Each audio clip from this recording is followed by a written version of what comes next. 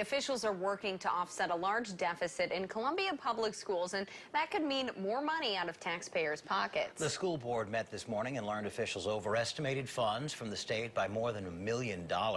And the district would deficit spend about $2 million a year, this year, rather. ABC 17's Lindsay Burning was there. And Lindsay, board members say they may consider operating a tax levy. Joey and Marissa, school officials say if they don't do something to offset the deficit, it will keep growing by $1 million or millions of dollars each year. Recently, the school district sent out surveys to get feedback from parents, staff, and students about the learning environment in Columbia Public Schools. And the majority of parents said one of their top priorities is small class sizes.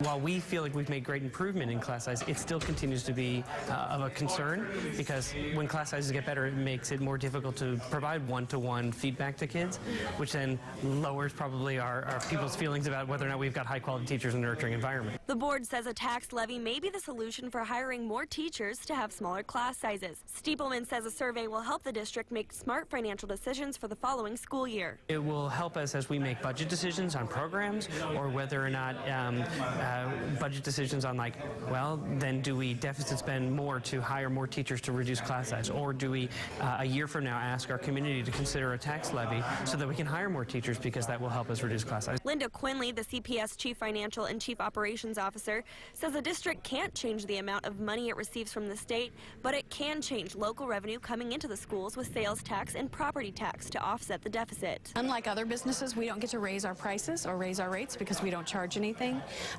So the only way for our board to manage revenues is to consider asking for an operating levy.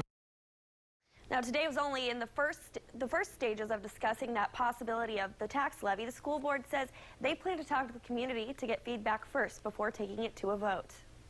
Lindsay, thank you. And the board also approved the final ballot for the upcoming school district election in April. Christine King and Darren Prius will be seeking re-election to be on the Board of Education, and Derek Wade will also be running for a seat on the board.